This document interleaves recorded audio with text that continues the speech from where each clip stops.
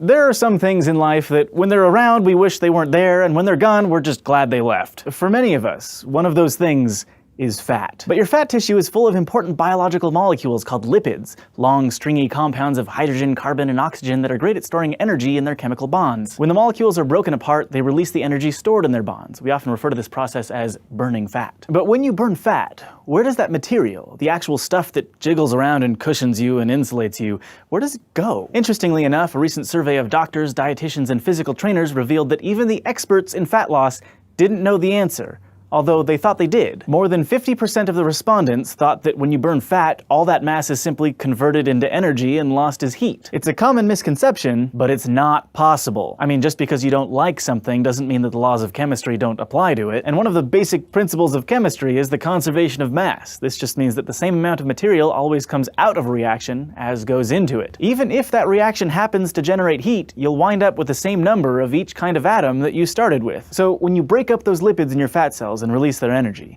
all of that hydrogen, carbon, and oxygen in those molecules will still be there afterward. But if you burn a lot of fat, and it's not there anymore to hold your pants up or whatever, where did the mass go? Turns out, you exhaled it. Biologists at the University of New South Wales recently did an atom-by-atom breakdown of where the mass of your fat goes after it's burned in your body. They found that for every 10 kilograms of fat that you burn, you have to inhale 29 kilograms of oxygen to metabolize or break down the fat and release its energy. And the process of breaking down that much fat produces 28 kilograms of carbon dioxide and 11 kilograms of water. So for every kilo of fat that you burn in your body, more than 80% of that mass is lost as carbon dioxide that you breathe out. The other 20% you lose as water, in your urine, your sweat, or depending on how hard you work out, your tears. But if you do the math, you'll see that all the mass in that fat-burning reaction has been conserved. 10 kilos of fat plus 29 kilos of oxygen equals 39 kilos total, and together they produce 28 kilos of CO2 plus 11 of water, which also equals 39 kilos. So now that you know where fat goes,